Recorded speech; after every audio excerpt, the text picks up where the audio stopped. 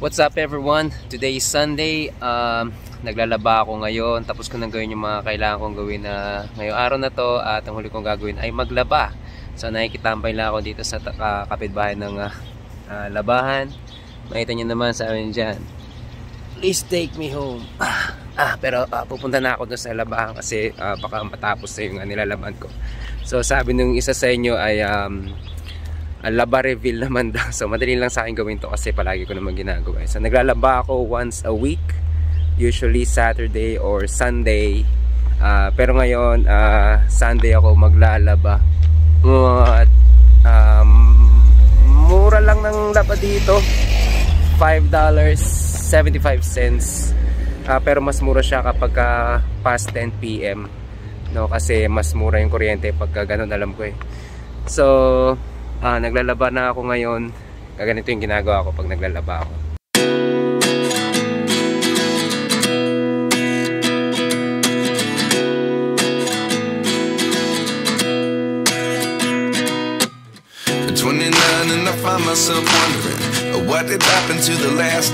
So dala ko yung bag kong kulay itim. Dito ko nilalagay lahat ng marurumi kong damit. At ilalagay lang yan sa washing machine. And then lalagyan mo ng sabon, syempre meron siyang pre-wash at meron din pang main wash. Then ihulog mo na yung barya mo. Kung wala kang barya, okay lang kasi meron namang coin machine. Split mo na tayo ng barya.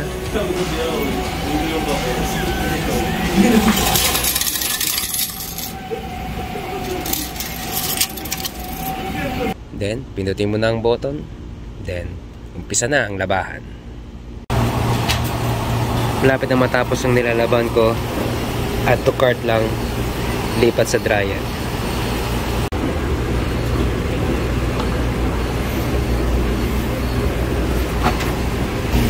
Buksan lang yan.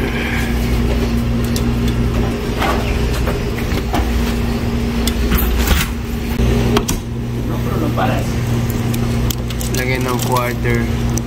1/4, 6 minutes. Start na yan up to 36 minutes.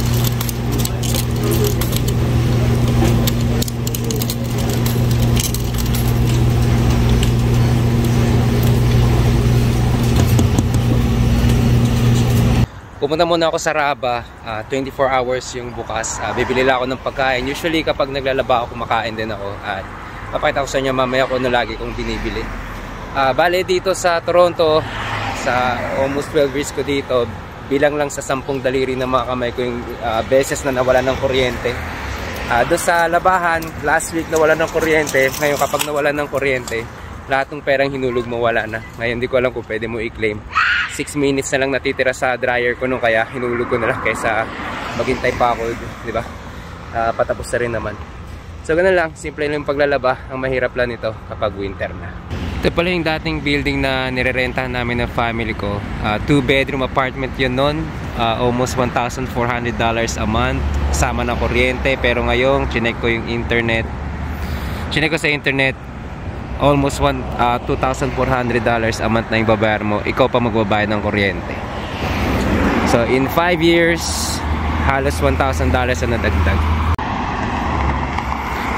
Raba!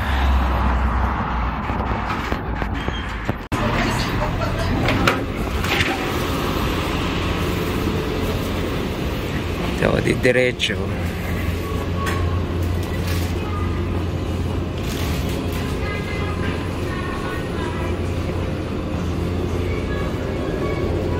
So ano ang sushi natin ngayon? Ito na lang ulit.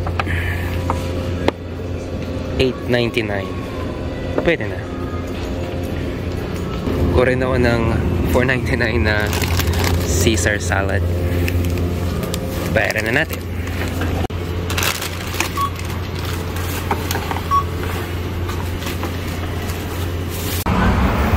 Dapat na mag-Halloween, guys. Bigat nito.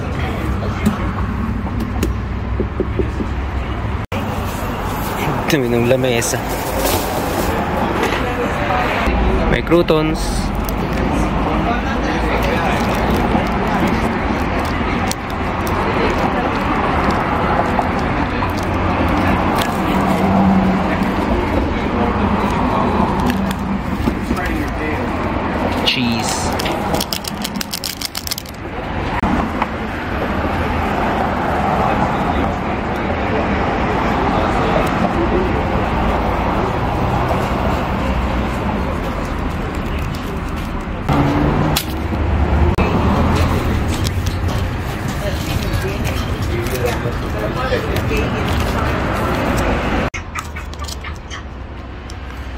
Masarap tong salad na binibili kong to. Mahal siya pero masarap.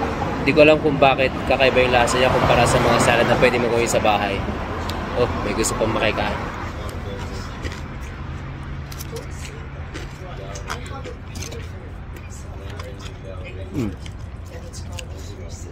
Siyempre dapat laging fresh.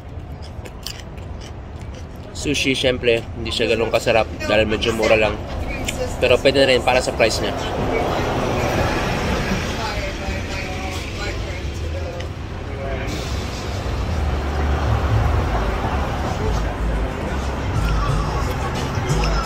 So, lagi ko kinakain kapag naglalaba ako. Paulit-ulit lang.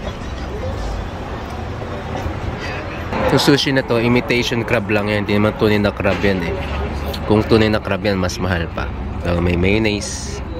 Spicy, pero hindi naman talaga yung spicy pag kinain. Ginger. Hindi ko nakain yan. Wasabi. Imitation lang rin yan. Hindi ko rin kinakain yan. Okay, all done. By the way, dito sa Canada, legal lang marijuana.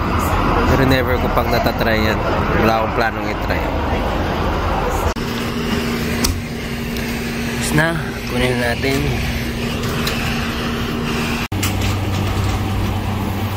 So dito ako nilalagay yung maruruming damit ko. Pero yung mga malilinis dito na ulit. So. Pero naka-plastic naman yung mga marurumi pagka nilagay ko doon yung damit ko. Kung wala ka palang dalang sabon, pwede ka nang bumili dito. $1 lang isa.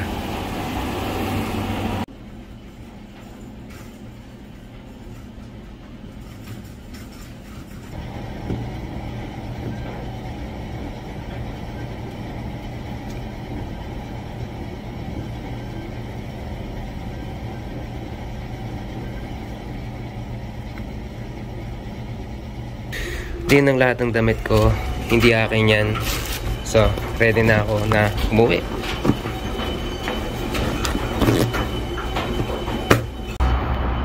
Ayun lang, naiwanan ako ng bus. Naiwanan ako ng bus, mga 20 minutes pa ang hihintayin ko bago dumating yung isa. Kaya kapag ganito, nagbabasa lang ako. Magbabasa muna ako ng kaya na dito sa phone ko. O nga pala dito, kapag hindi mo agad nalis yung damit mo doon sa washing machine o sa dryer, pwede nilang alisin. Siguro nangyayari yung kapag may bantay at saka kapag sobrang busy. So kailangan syempre gamitin ng iba yung washing machine ako tsaka yung dryer. Kaya alisin talaga nila yung damit mo. Pero never pa naman nangyari sa akin kasi lagi naman na nakabalik on time. Balis na ako. Kung magdadrive kasi mula dito hanggang doon sa home base ko, 4 minutes lang yun guys. Pero itong hinihintay ko ngayon pang matagalan. Pagdating ko sa Kipling Station, maghihintay na naman ako baka 15 to 20 minutes na naman. Yun ang bus. Mapalad kayo, wala kayo dito sa bus na sinasakyan ko kasi sobrang baho, parang may tumain na ewan.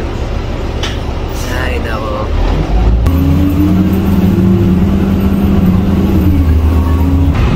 Ganda ng bike ko.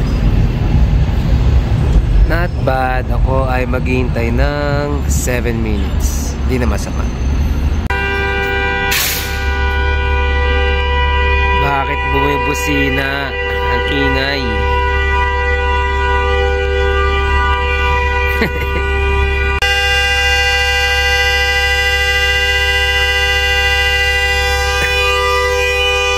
Kanina yun ang bumibusina. Ngayon naman ito.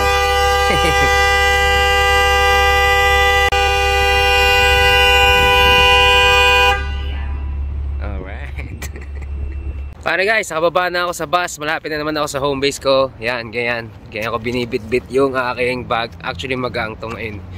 Minsan mas marami akong damit na nilalaban. Mabigat. Madalas mabigat. Ngayon lang magaang. Okay, tatawid na ako.